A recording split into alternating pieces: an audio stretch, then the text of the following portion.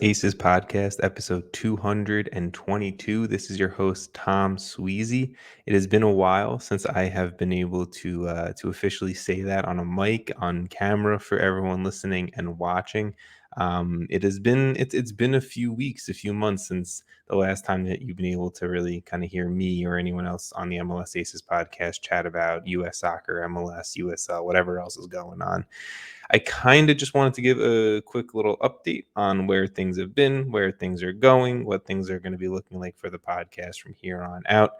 If you guys follow MLS Aces, myself on social media, on Twitter, Instagram, I think even TikTok, I put something out on. But if you guys follow MLS Aces on Twitter, then you've definitely seen some of the news, some of the updates going on with the podcast. But pretty much, I kind of just wanted to put it out here for anyone who specifically only listens to the podcast or only watches the show on YouTube, whatever it may be. But pretty much, major changes coming to the show. A few months back, I think the where the show was kind of had me just a little bit mentally stressed out with where life was and everything like that. So really, I needed to take a step back. I needed to take a few weeks off from watching, covering, just kind of being in the deep dive of everything MLS, US soccer, USL, that whole sphere for a little bit. I will be honest, there was a 2-3 week stretch where I did not watch a single game. I did not keep up with anything related to soccer in the United States. It felt good. It felt good to take a break, to just not pay attention, not be in the know. I didn't know who won, who lost, who was sold here, who went out with an injury, whatever it may be, and it felt good. But I think after around that 2 or 3 week point, it really got to a point where I was missing it. I really do love Major League Soccer. I really do love US soccer. And I was missing chatting about it. I was missing putting my opinions out there and hearing, everyone tell me my opinion was garbage. I was missing it. So in doing that, I decided to slowly kind of reintroduce the idea of the MLS Aces podcast coming back from the hiatus that was going on, and having some conversations with my former co-hosts on the show that you guys, if you've been listening for a while, Jason Vivang, Sam Nelson, Vaughn Pullman. Having conversations with them about the return of the show, what's been going on. I do know that the break was nice for all three of them as well, to kind of focus on things going on in their own personal lives, things going on in their own journey of covering soccer here in the U.S. So as of right now, in the return of the MLS Aces podcast, the show is just going to be myself, Tom Sweezy, and a guest every single week. That guest could be Jason, Sam, or Vaughn. It probably will be at some point. I've been pre-recording some interviews with some guests around U.S. soccer, whether it's players, pundits, reporters, whatever it may be. Jason has already been on one of those interviews, but it's not going to be every single week where we're covering the league game in, game out, news note here, what happened here, who got fired here. The show is most likely just going to be me kind of chatting for, I don't know, this might be a little bit longer of an intro of me chatting, but me chatting for about 3, 4, 5 minutes about anything that I kind of want to give my opinion and put out there. But then it's going to be me kind of talking to whoever I've lined up for an interview. Like I said, I'm pre-recording a lot of interviews. If you follow me on social media, you will see the interviews that I have already had. And tonight's guest for episode one, for the redrop of the reboot of the Major League Soccer, the MLS Aces podcast, is going to be LA Galaxy and El Salvador's national team center back Eric Zavaleta. I've interviewed Eric on the podcast before. He is an absolute great dude, not scared to give his opinion. He is not scared to tell you, yes, no, you are wrong, you are right.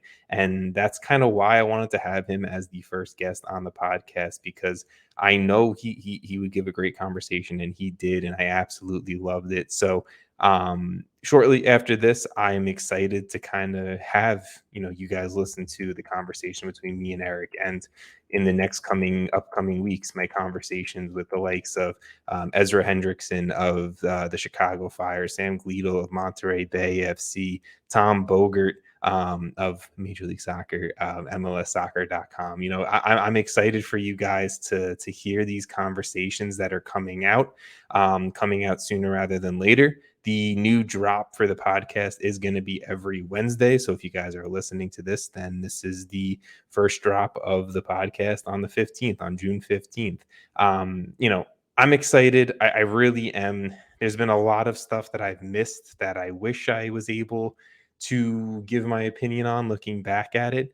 I think the biggest thing being a congratulations to the Seattle Sounders on being the first ever MLS team to win the modern day version of CCO of CONCACAF Champions League. An outstanding accomplishment and totally deserved. And the Seattle Sounders, I put this out on Twitter. What had happened? The Seattle Sounders have officially cemented themselves as the greatest Major League Soccer club of all time. Move over Galaxy, sorry guys, but the Sounders have done it, and we're going to see them play in a Club World Cup, and we get to see them, kind of just show what a model MLS franchise is, from winning trophies to having all-stars to having success on the field, off the field. So honestly, that's one of the big things that happened that I missed, that I was like, damn, I really wish I got to talk about it. I really wish I got to put this out for people to listen to. But obviously, I think since then I've missed the U.S. qualifying for the World Cup. That's absolutely fantastic. I can't wait to watch the boys take it home in Qatar, because we're totally winning the World Cup. I've missed FC Dallas and Jesus Ferrara and Paul Arriola on this absolute tear of an MLS season so far. I've missed the rebirth of Jeremy Ebobisse this season. There's just so much going on. The Apple TV MLS deal, right? With that, I chatted about that with Tom Bogert, and you guys will hear that in a conversation in the upcoming weeks. But there's just been so much going on that has really just piqued my own personal interest and love within U.S. soccer and for Major League Soccer, that I just had to come back. I had to come back and chat about it, even if two people listen to this and care about it. That's all I care about. I just care about those two people listening and enjoying and agreeing or disagreeing with me and telling me I'm an idiot or not. So I don't want to hold up the intro to this podcast too much longer, but I just want to thank everyone who supported me and MLS Aces and Jason, Sam, and Vaughn during our hiatus for our few weeks and our first and our few months. I want to thank them for listening. If you're listening to this right now, I want to thank you for listening in the past, for listening now. If you're new to this, then you probably don't know what I'm going on about here, but check out previous episodes, because there were a ton of episodes that happened before. Different format. This format's going to be a little different, like I said, but I hope you guys enjoy. I hope you guys can follow along and continue to rock with us over here. And without further ado, my interview with Eric Zavaleta of the LA Galaxy and El Salvador. Make sure you guys follow, subscribe, anywhere you guys want to listen to podcasts. Obviously, if you're listening to this in podcast platform, you know that. If you guys prefer to watch it, then we're over here on YouTube. Vice versa. If you're watching my face right now, sorry about it, but then you can just listen to my voice over on any podcasting platform. But without further ado, we are back. Brand new version of the MLS Aces podcast. This is your host, Tom Sweezy, and my first guest is an MLS Cup champion. He's a Supporter Shield winner, a 3-time Canadian championship winner. I think I even read online you won the NASL regular season back in the day. Eric Zavaleta. Eric, how are you, man? Welcome back. I'm great. It's nice to be back. I appreciate it. I'll clarify. It's actually now a 4-time Canadian championship winner. And the only reason I bring that up is because it's such rare circumstances. They played the 2020 final 3 days ago, and we're in 2022. So yeah, we win that one as well. Okay. Four-time Canadian championship winner. Well, I mean, just add another trophy to the record book for you. I mean, just you're gonna stack them up behind you soon. That's right. You can't never have too many of those. Well, you are now not with a Canadian club, right? You moved on from Toronto FC to the LA Galaxy. I mean, I guess just culture-wise, I mean, Toronto's a big city in its own right, but culture-wise, how's the shift from Toronto to LA? Totally different. Totally different. I mean, you got two different countries, United States and Canada, which brings enough of a culture change. Yeah. I loved my time in Canada. I love Canadians. The rap that they get about being the nicest people ever is so true, in every sense of the word. So I loved it. But over here, it's chill, man. I mean, it's Los Angeles. People move at a different pace. People are used to having the sun come up every day, and so I live a mile from the beach. Things are a little different, but I'm loving life here in Los Angeles. You're looking very LA right now. I do have to say. It didn't take me long to convert. It didn't take me long to get some red and some brown in my skin. So you're right. I am. Love it. And I saw it on Instagram the other day, but how's the golfing going out in LA compared to Toronto? Well, the weather's perfect all the time. In Toronto, I could only go for 6 to 8 weeks a year. And now I can play 10, 11, 12 months a year. And so my game's a little bit better and I'm having some fun with it. Are you getting the PGA after the soccer career is over? That would be a dream, but I'm a pipe dream away from that. I'm not even close, unfortunately. I enjoy it though. Yeah, no, got you. Well, let's transition to the soccer, right? I want to start talking LA Galaxy. This season for you guys has gone, I think, pretty well at this point. You're coming off obviously we're on an international break right now, but you're coming off a big 4-1 win over Austin FC.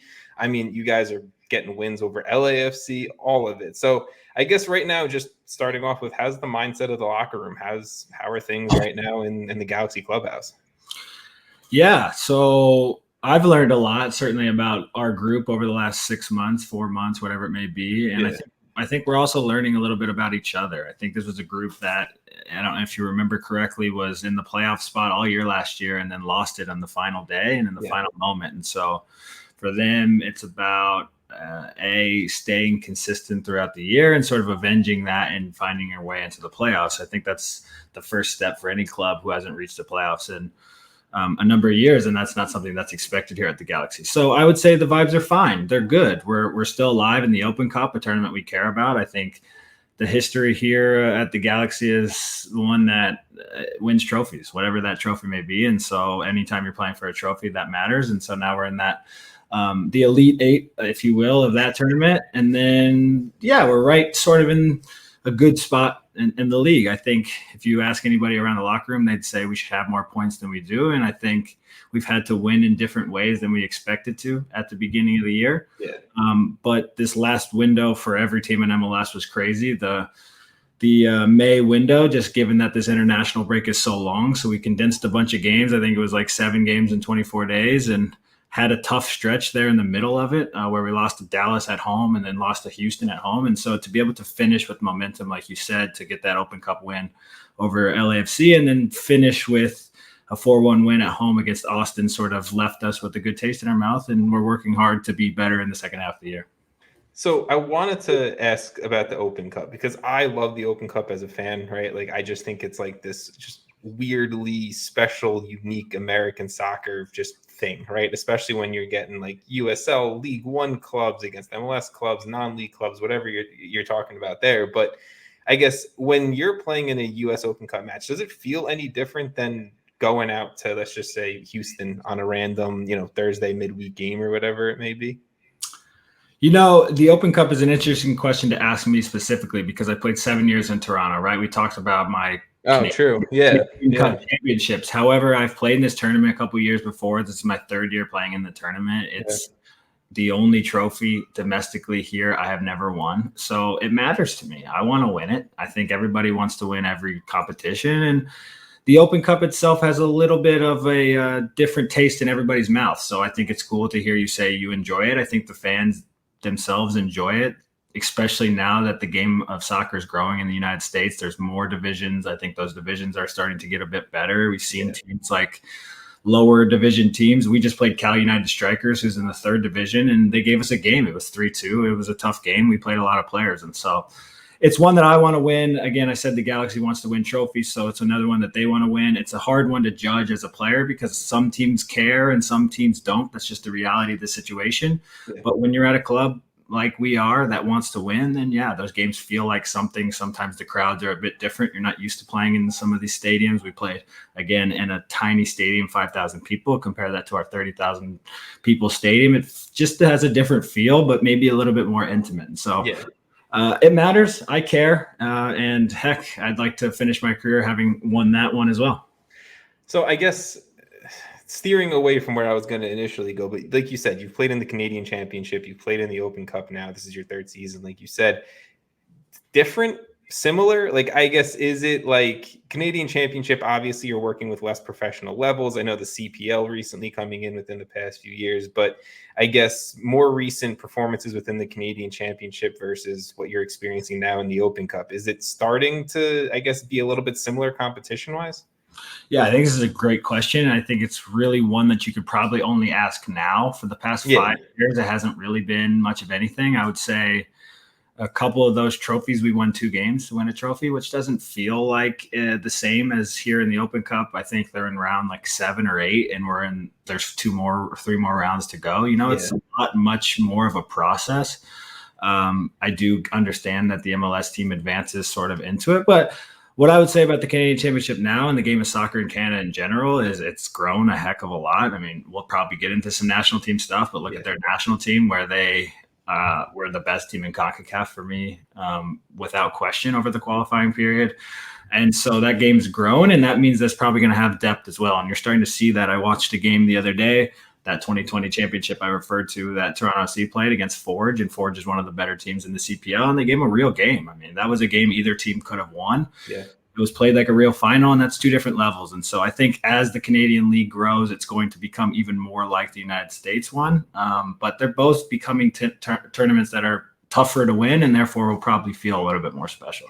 And I guess diving into another question I just thought of off the top of my head, now with CONCACAF kind of changing its how we get into CCL, kind of the risk and the reward of Open Cup and the Canadian Championship and everything like that. Do you like, I guess, where CONCACAF is going with that, kind of putting maybe more value into competitions like that?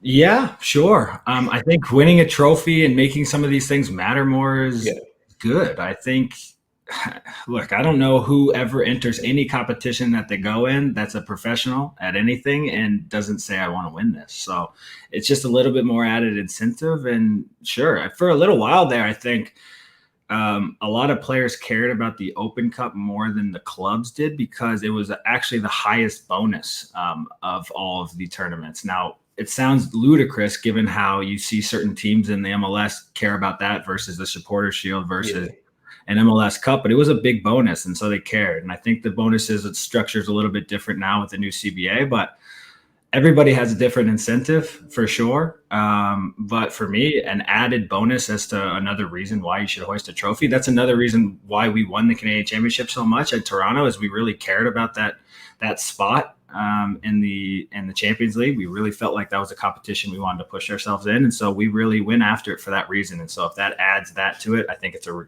great add to the equation. Yeah, I mean, look, whether it's money, whether it's just you're a professional athlete, you want to win the sport you're playing in, whether it's I want to win a trophy in my career, like all of those are, even combined, all of them, right? All of those are just nice added benefits to just entering in any competition, like you said. And I mean, I'm sure that within this year for the Open Cup, it's been a nice added benefit to playing this competition, beating your crosstown rivals, LAFC. How was I think it's right now 2 El Tráfico matchups you've had. How's the experience been?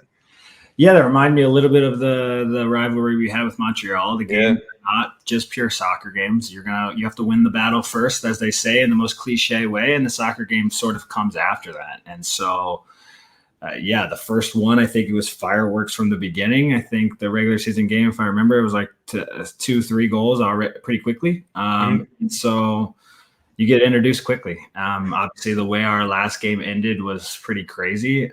There were fights, some spitting happening, some hands around necks. There was some wild things that were happening at the end of the game. Neither team wants to lose to each other.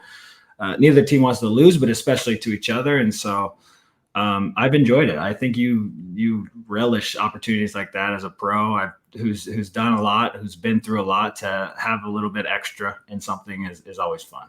Have you, I don't know if you or it's been spoken about, like your relation, or not your relationship, but I don't know your relationship with Raheem Edwards, but he's obviously played for both LAFC and the Galaxy. Did he have any extra added like input or drive in either of these matchups?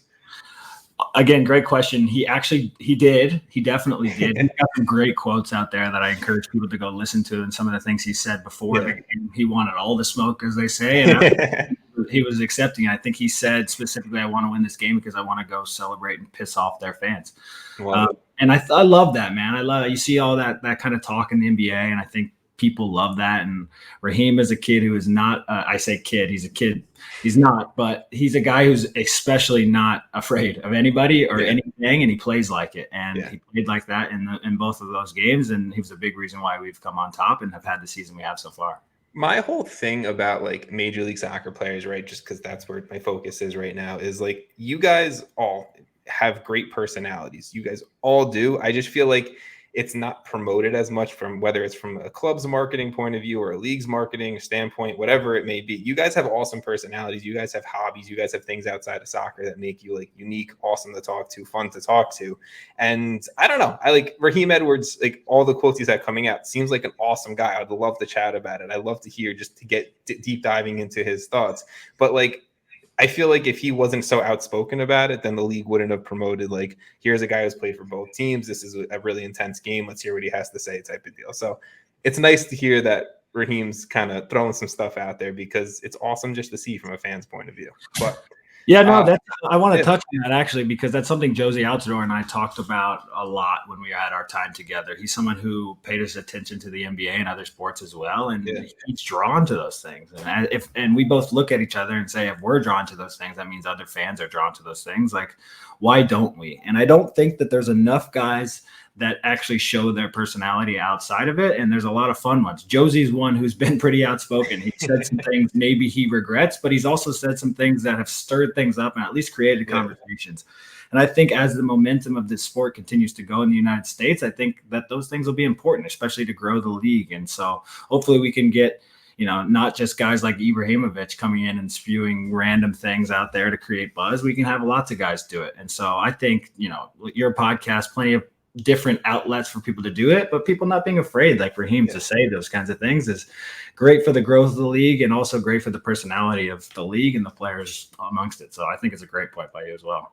I've been saying it for years. MLS needs more villains, however you want to take that, but you need to have people who are going to go out there, who's going to talk shit to their opponent, who's going to try to stir up the pot, play the mental side of it, and win on all fronts. I like it. Again, like you said, the NBA does it well. Let's have a little fun. It's a sport at the same exact time. Like let's have fun with it. But I have to ask you one final question about I guess rivalries, right? Which has been the more, I guess, from your point of view, which has been a little bit more tougher? The Canadian Classique, El Tráfico, which one has had a little bit more edge to it? Yeah, that's a hard one, just because just length of time within the two rivalries is significantly different. What I'd say is it's hard for me to go against the Toronto-Montreal rivalry, at least because the amount of games that mattered. Those matter. We obviously played in an Open Cup game, but it was around a 16 game. It wasn't the final. And there's some moments against Montreal. We played against them in the playoffs, before MLS playoffs. We beat them in Canadian finals at the last second. They've had moments where they put us in a random turf stadium, Olympic Stadium, like a week before, and then painted the lines wrong. We waited on that. There's been it all. I've seen it all.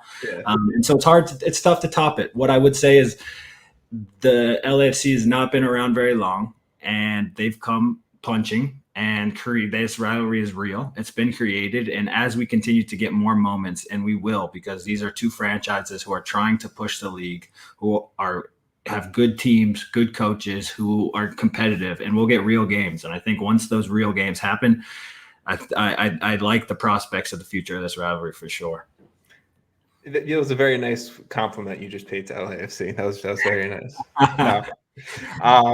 So one final thing about the Galaxy that I wanted to ask you about is you've obviously shared the locker room with a lot of talented guys, outspoken guys, like you said, Josie Altidore, Michael Bradley, Javinko, Justin Morrow, Raheem Edwards, whatever it may be, right? But now you're in a locker room, and I'm not saying this person's worse than them, better than them, anything like that. But now you're in a locker room with a guy like Chicharito, who's a very emotional leader. You see it on social media, you see it on the field. He's a very emotional player, right? And he expects the best. You can tell that on the field.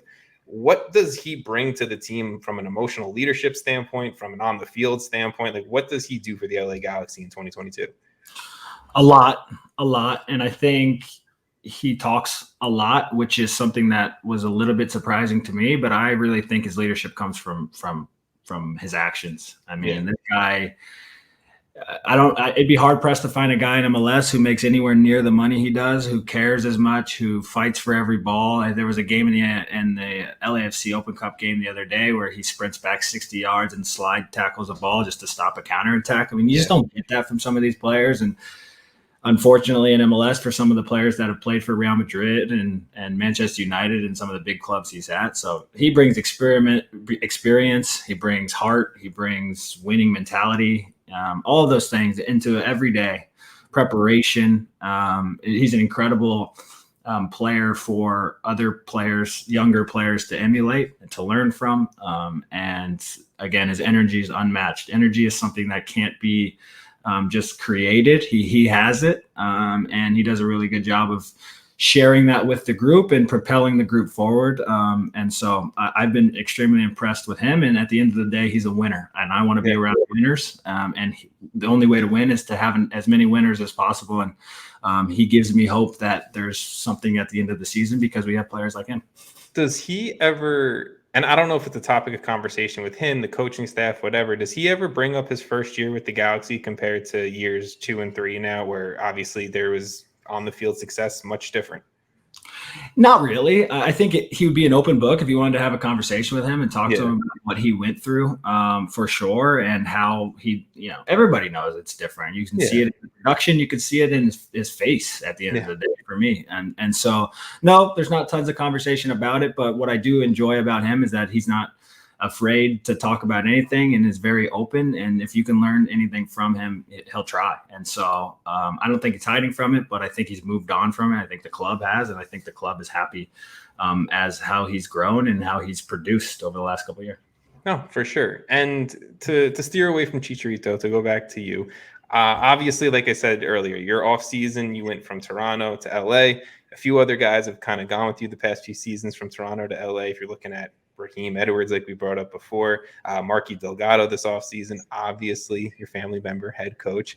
So I guess, does having the familiarity there with you, like, does it make it easier, the transition in all of it, that you have people, you have friends, former teammates who you can kind of lean on and chat about? Maybe we used to do this back in Toronto, let's compare now how we do this in LA, or whatever it may be. Yeah, I think you touched on 3 people, which by itself I think would make me comfortable. But in reality, with Greg comes about 10 more people, right? Back end staff, regular coaching staff, whatever it may be. And so familiarity throughout the building for me was fantastic and easy from day one, which I really enjoyed. I helped, in my opinion, helped create a culture in Toronto that I can build off of here instead of building something new or at a different club with different leadership and different people. And so it's been fun. It's been almost like sort of starting something new, but with an idea of what you already have and a blueprint to sort of look back on. And so it's been easy for me, for sure. The group has adapted and taken me in really nicely. I think a big part of that is someone we were steering away for, with Chicharito being a leader of this group and sort of really being humble enough to let me lead in the way I want to lead. Also, Victor Vasquez, another guy who I have familiarity with. And then we have a young player, and Kevin Cabral is a DP who's a young player and just willing to learn. And so I think there's so many reasons as to why it's been easy for me, but starting with familiarity for sure. And it's a big reason why I came back here, is because I really felt like I could help the group that I was with in Toronto for so long. And I wanted that challenge and responsibility to do the same thing here for the biggest club in MLS history. Now, at LA Galaxy Fan Talk on Twitter asked, how does it feel like playing in front of the Galaxy fans, who many of them are, El Salvadorian? Well, it's a fantastic question, and one I'm glad was asked, specifically because it's been unfathomable to put into words, like the support I've received. I've played, again, we talk about how I've been doing this for a long time, how many different experiences I've experienced. I've been booed in front of my home fans. I've been booed in Toronto when we were playing against Canada. Yeah. I've seen the love for sure from a fan base, and I've seen them turn on you, if you want to put it. And so at this point in my career, a little bit when I had been turned on in the Toronto fan base, some fairly, some unfairly, and to get the love and the support, A, from these Salvadorian fans initially, and then B, now from Galaxy fans, Salvadorian Galaxy fans, has been a refreshing thing for me in my career, and has really rejuvenated me and made me humble and excited to play more. And so I can't say enough about them, and the support in the Galaxy is fantastic and a big reason why they've succeeded for so long.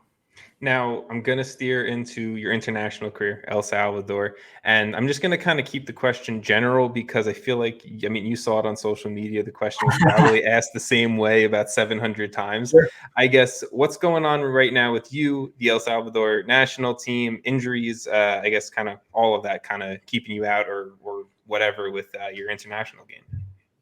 Yeah, let me first touch on injuries. I think a big reason as to why I'm not there right now is, in my opinion, I haven't had enough longevity to continue to push my body to just sort of be okay, right? Yeah. I want to play every game, and I want to play every minute of every game. And the reality is I didn't finish the game in Mexico. I didn't finish the game against Costa Rica, I think it was. I didn't finish the game here when I was my first debut with the Galaxy against Salt Lake. And so this window of time is not a window of time I've had recently to be able to sort of push that longevity and get more durable.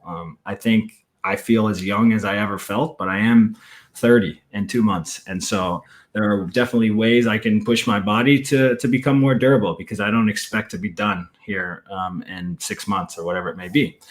So that's a big reason. Secondly, what I would say is there's a lot going on with the Federation at the moment. Obviously, Alex Roldan, I think, eloquently put out a piece to sort of discuss what's going on there and how he felt. He felt disrespected, as did I, as did a lot of players who were there. And so to just jump back into it, I think together, him and I felt like was not the right thing. We want to see some change, but I think that there's a lot of change happening. I'm excited about the project that Hugo has been doing and continues to do. I think he's done an excellent job. I think the expectation is now higher than it was when I started, which was a year ago. And so I'm excited to see what the future holds and fully expect that I will be a part of that future when the time is right. And you were right. Alex Roldan definitely put out a very informative statement of understanding kind of what's going on around the El Salvador Federation and everything with the national team. And personally, I'm glad to hear that you will be there in the future when everything, I think, kind of figures itself out. And you brought up Hugo Perez. Do you feel like he is a leader within that? Like right now, he's trying to be one to balance, obviously, getting performances, results on the field, but also kind of changes within the Federation? For sure. From day one, he has made it clear to me that he wants to be a part of the change. Yeah. He's a player who grew up in El Salvador, who loves his country, who went to the U.S. to play, got nationalized, played for the United States national team. So he's unique and similar to me and Alex in that we've seen both sides, if you want to put it that way. We've seen why growth in American soccer has happened, what's gone well, what hasn't gone so well, and maybe what things could change and be impacted over there. And so without a doubt, he's been a big part of the change. So many things are out of his control, but the things that are within his control, he's been able to impact. And so there's not enough words I can say to, I think, give him credit for why the team is in the place that they are, and hopefully will continue to be, because I know he has expectations that the team continues to push itself and becomes one of those teams who qualifies in the next cycle. And so I'm excited to see what those things happen, but those things take time, understandably. And I hope he gets enough time to do it.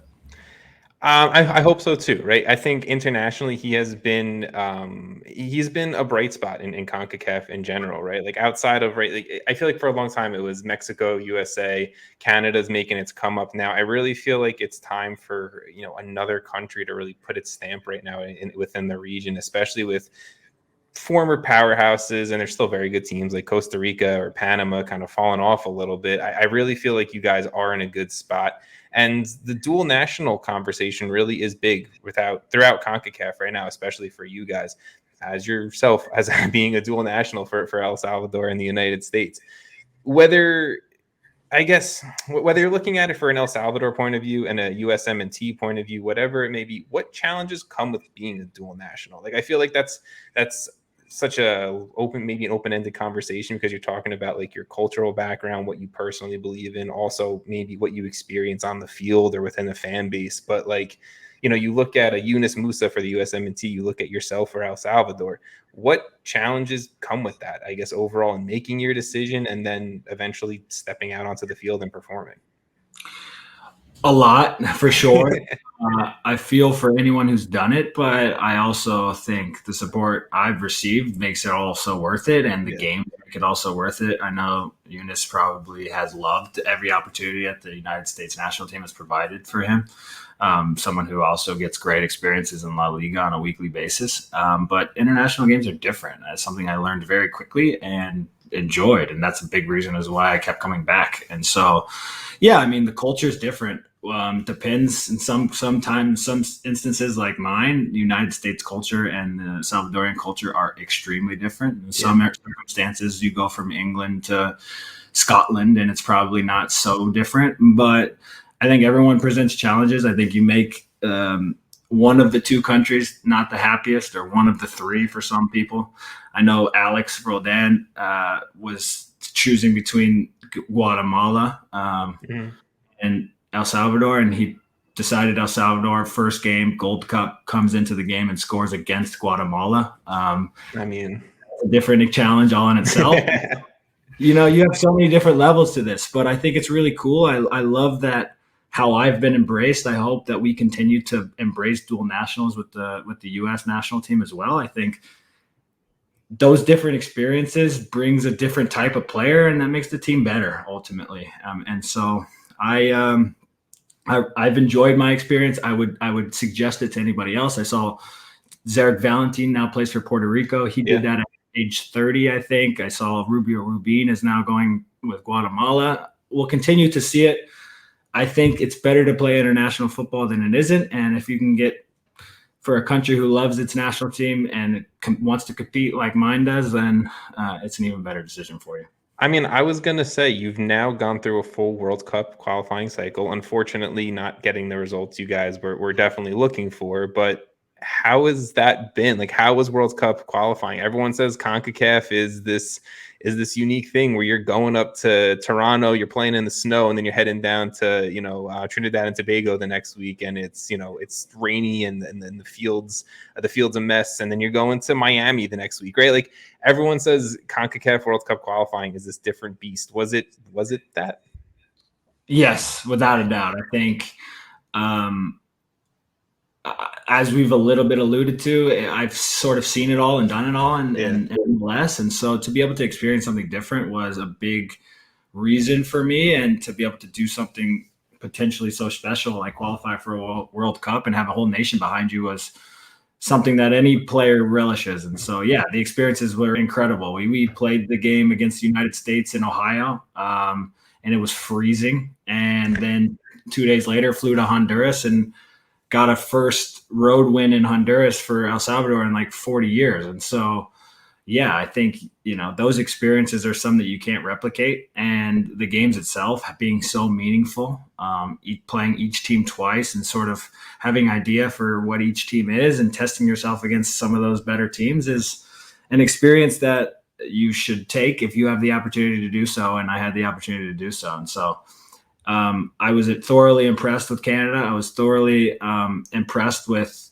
the United States. I was less so impressed with Mexico. You have all of these sort of you have all of these ideas when you watch the games on TV of how these teams will be like and what some of these players will be like. And so to be able to actually do it is unique and a really cool thing.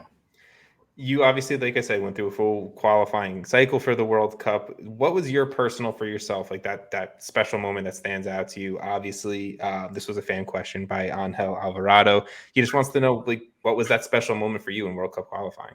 Oh, this is easy, and it's a great moment.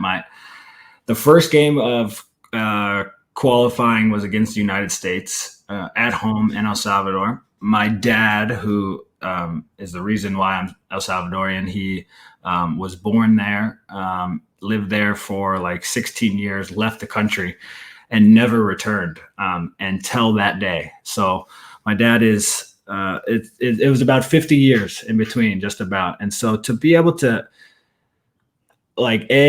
be a part of something that brought him back to his home country, have him there that day was special. And then when they did the national anthem and everybody sang the anthem, that was our probably most sold out game of all the games we played. It was the first game. It's when everybody has tons of hope about what's going to happen. So probably before the game, that moment was one that I'll never forget. I'll never forget a whole stadium singing the anthem the way they did, the way I felt during that moment. And then also the game itself. Again, we got a good point, a draw 0-0 to get a shutout at home against them, sort of against a team that never really, in my opinion, gave me a chance, And so there were so many layers into that game, that night, that day, that's the one that I'll remember forever without a doubt.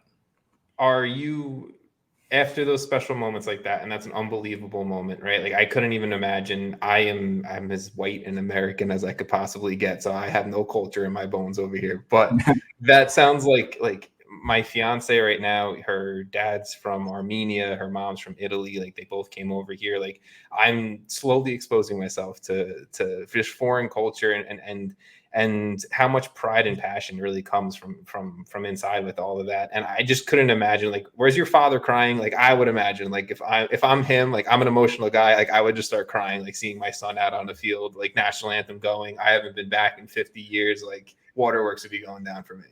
Yeah, my dad is not an emotional person. I think I could probably count on one finger maybe how many times I saw him cry in my life. And he told me after the game, I couldn't help it. I was overwhelmed with emotion. I started tearing up for both anthems, really, because he feels a ton of pride for both countries. It's one he grew up in, one his family's from, one he was born in, and then the other one he's lived in for 50 years. He's American as it gets now. I mean, so yeah, I think that was a moment that he'll also remember. And sort of to be the one that sort of was able to bring that moment to him. He was able to reconnect with players he played with 50 years ago, friends he had, houses he lived in. I think that's special. Right now, kind of sticking with the El Salvador, I guess, theme of the conversation, El Salvador right now is playing in CONCACAF Nations League. And, I feel like it's just another cycle just to get prepped and ready for 2026 World Cup qualifying. I know the federation's in a weird spot. I know you, Alex, and other members are in a weird spot, but do you still have the mindset of like preparing yourself to get ready for the next cycle for a potential World Cup spot? Again, probably the best question you could possibly ask me at this particular moment. I want to say yes, and I think I say yes. I'm going to give my body every chance it has. I'm going to give my mind every chance it has. 4 years is a long time. I know that for sure. Yeah. I've done this long enough. This is year 10 for me. But I would love to. I think that the opportunity is there for El Salvador. I think that there's a lot of good young players. I think they've gained a lot of experience over the last World Cup qualifying cycle. I think they'll continue to gain good experience. You said right now, and I haven't turned. I keep looking left because I'm actually on. They're down 2-1, but I really think that there's something there. And so I think it first starts with A, am I playing still? B, am I playing for the Galaxy? Am I playing in MLS? Am I playing in a top league? I think that stuff matters to me. Yeah. And finally, is my level good enough to be able to help them actually do it? I want them to do it, whether it's me on the field or it's somebody else. I want them to do it. It's a country that deserves it without a doubt. It's a country that has the ability to do it, the mentality to do it. And amongst resources and many other things, haven't been able to do it. And so I think with this opportunity, if I can be a part of it, I would love to. But I would say this revamp of this podcast succeeds so well, you'll be doing it in 4 years. You can ask me again in a few, and we'll revisit that question. But for now, it's an aspiration. It's a goal. I've hit and achieved a lot of the goals I wanted to in my life. And so it's another one for me another carrot out there for me to try to go get. I had a feeling you were looking at the game every little moment like that. I love it. I love it. How is the El Salvador group chat? Is it like a fun time that the group chat going on? Listen, if you've never been in a group chat with a bunch of Latin Americans, then you've never lived. They do group chats significantly different than Americans do group chats. It's a good time for sure. I am learning Spanish very significantly right now. I've always sort of known Spanish, understood Spanish. I am now 2 hours every day with a teacher. It's been 2-3 weeks now. I'm going to do it for another 2, 3, 4 weeks, however long it takes for me to become fluent, so I can actually participate more fully into the group chat. But yeah, these guys are fun guys. Very similar to a lot of guys who you play with here in the United States, just culturally a lot different. But for sure, the group chat, I'm telling you, you've never lived until you've been in a Latin American group chat on WhatsApp. The GIFs and the things that are thrown out there, it's wild times. All right. Well, I'll make sure I get that on the bucket list before, before the day comes. The final really kind of conversation point I want to talk with you about is surrounded around the U.S. men's national team, right? I mean, obviously, you play in MLS. You are a dual citizen of El Salvador and the United States. I'm sure you pay attention to what's going on with the USMNT. Right now, the center back conversation. Who better to ask than a center back, right? The center back conversation going on with the pairing right now for the World Cup. Obviously, Miles Robinson, awful injury keeping him out of it, because I personally think he was our best center back heading into this. Top performances in Nations League, Gold Cup, everything like that. But right now, just agree before you go on. 100%. He was all. I feel so bad for the kid because I've seen players lose World Cups for injuries, and he was going to start in the World Cup, and he was going to break out even further than he was, because he's got everything you need to be an elite level center back. So continue on, but I wanted to give him his credit and his due just, because that guy and player is a good one for sure. Honestly, like, it sucks right now, because I feel like U.S. soccer fans are just forgetting about what Miles Robinson did for the past 12 months for us as a nation. But obviously, hold on. Let me say, United States men's national team fans have done that before. That's something that they historically do. It's what have you done for me lately? And it matters, especially a nation that you want to be a soccer nation and continue to push. Okay, what matters? What you've done in the last 12 months matters. But what Clint Dempsey did, okay, they're giving him his flowers now. What Josie did for that national team for such a long time, and how quickly they were ready to say next is normal for those fans. And I think it doesn't surprise me with Miles, but Miles has a future still ahead of him. Fortunately, with modern medicine, he's going to recover from an Achilles strain. Hopefully, like Kevin Durant does, still balling out of his mind and continue on, and hopefully he's a part of the next one. Oh, USMNT fans are the most toxic people on the fucking internet, man. We are the worst. I'll throw myself in there. I'm sure I've put out tweets and crap of what have you done for me lately type of deal. But I mean, you're right. Look, you look at guys like Josie, who maybe are a little bit older on in their career, and we just forget about him. I was beating the Josie drum still as our top striker up until 6 months ago, I feel like, because we had no one who's stepped up past what Josie Altidore has done. So we suck. We suck as soccer fans. I will listen, the passion is amazing. You would so much rather a fan base who is angry when you don't succeed than one who is indifferent. I promise you. I've seen both, and one that's indifferent is just what is it? So that's fine with me. I think it's fine with Josie. I think it's fine with all of those players. I think the passion is what we crave and what we care for the most.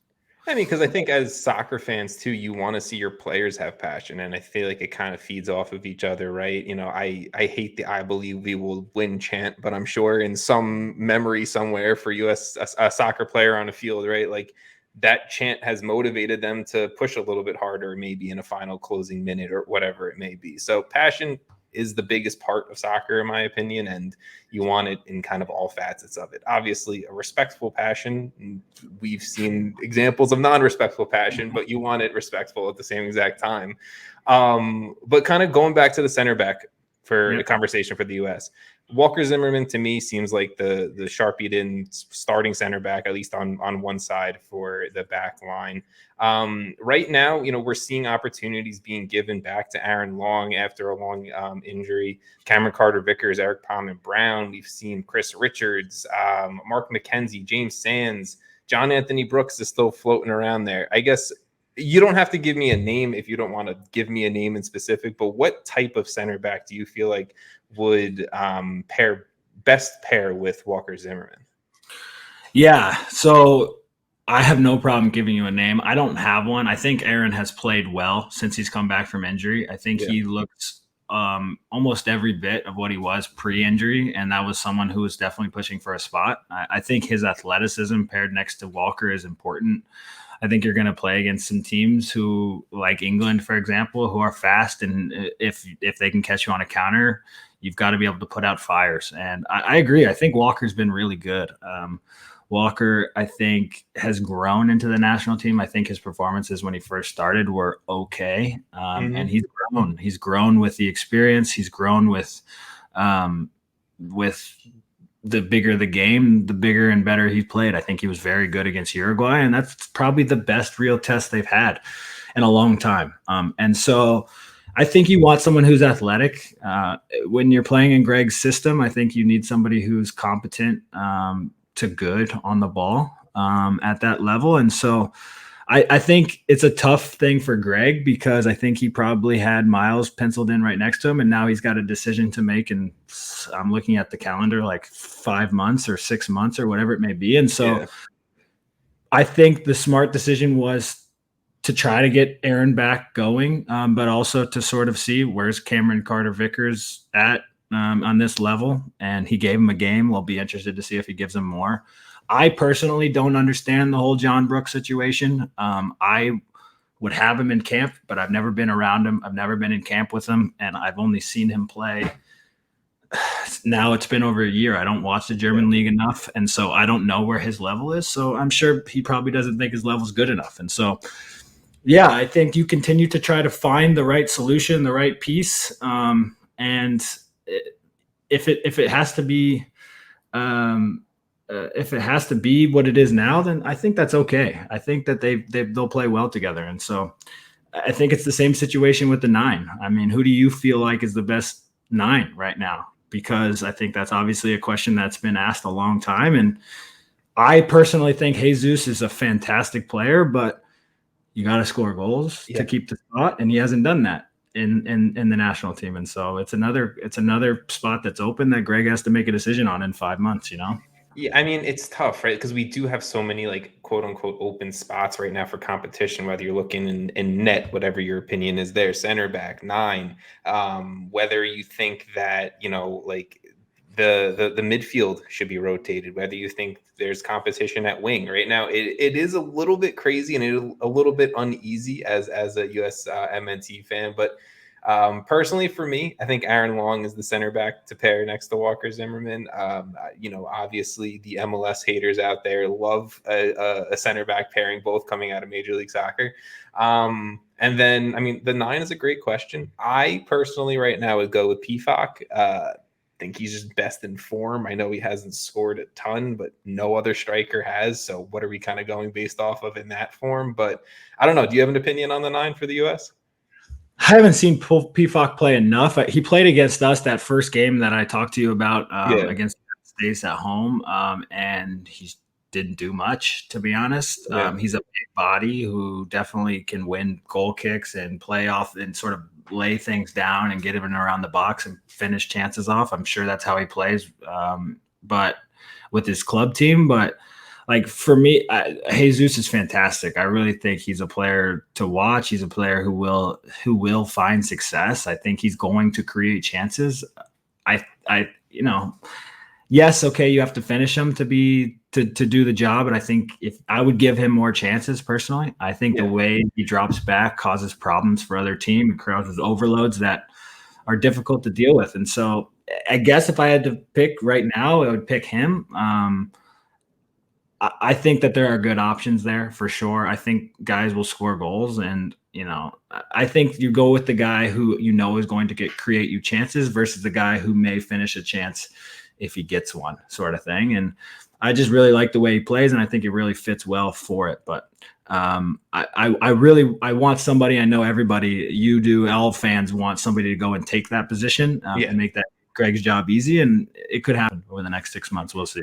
I was hoping, like, during the winter, I was hoping DK would step up and take that. Then he obviously got injured, and you're looking at PFOC, who was good for a stretch, then he was bad. Now Ferreira, seems to be the guy. But again, you want to see him finish. I have no real argument for any 9 or against any 9 at this point. Like, I don't care. Let's just see him. And I think first person to score, sure, gets the job. Like, I don't know. I don't know at this point. But that team starts and ends with Christian for me. So 100%. So all of this other chitter chatter is chitter chatter, and it matters for sure. But what Christian are you getting? And if you're getting the guy that's played on the national team in the last few games, then you got a real chance. And if you get the guy who was a little bit out of sorts for a few games, you've got less of a chance. And so he's a fantastic player. He's obviously the best player in the team, and the engine goes with him. And so for me, I think paying attention and focusing and making sure he continues to grab this team is the most important thing to watch. No, 100%. Right. Like, you throw him, if Gio Reyna is healthy on the other wing, he's an absolute just creative monster on the other side. Some shortcomings to his game that I don't think is talked about enough. But I mean, I'm not a professional soccer player or a coach. I'm just a dude sitting with the camera and a mic in front of me. So what can I say at the end of the day? Eric, I have some final rapid fire questions for you, and then I will let you go enjoy the rest of your night. So what's the hardest part about adapting to LA from Toronto? Has it been the traffic? What else, I guess, has been a pain in the ass? Man, the hardest part, God, nothing. But I guess everything costs so dang much, and finding a place was impossible. I think real estate over here is out of control. I've just am renting, and took me about 6 or 7 shots at it. So I would say renting, expensive. Probably the reasons why not everybody lives in LA are the reasons why it's been challenging. Got it. Okay. Have there been any late night taco runs? Late night no. Where should I go? Tell me. I don't know. Bro, I'm here. What'd you say? Was that your question, or was that no, sorry, that was not a me question. That was Jefferson Morales asked that question. Right, Jefferson Morales, please tell me some places. I got no problem making a late night taco run. No problem. Is In-N-Out overrated? Also from Jefferson. Oh, man, such a tough question. Sure, I guess overrated. It's good for sure. It's good, but I personally like Shake Shack better. I'm with you 1,000% on that. I think it's overrated. I don't like it that much. But from my guy Will, one of my friends, Will, he wanted me to ask any post-career plans as of right now, or is it all focused on soccer, Galaxy, El Salvador? I guess what's going on with your post-career? I love this question because it forces me to think about it. And yeah, I'm doing a lot. I went to school for 3 semesters. Obviously didn't finish there. So when I got drafted, I continued my education for, I think it took me like 6 years. And then I finished my undergrad, which was nice. And I thought, okay, I'm done with school. And maybe because my wife is a genius and she never stops learning, I guess I didn't stop learning. So from there, I got my coaching license. I just did a crossover into business program with Harvard that they put on for athletes to sort of dig your teeth into business and have an idea of how you maybe move forward with business post-career. Like I said, I'm learning Spanish. And so, yeah, I'm trying to keep as many options open as possible. I got a business degree. I think my mind thinks in business a lot. And so maybe some form of business or sport is interesting to me, but also my dad was a coach, is a coach, has been a coach for 40 years.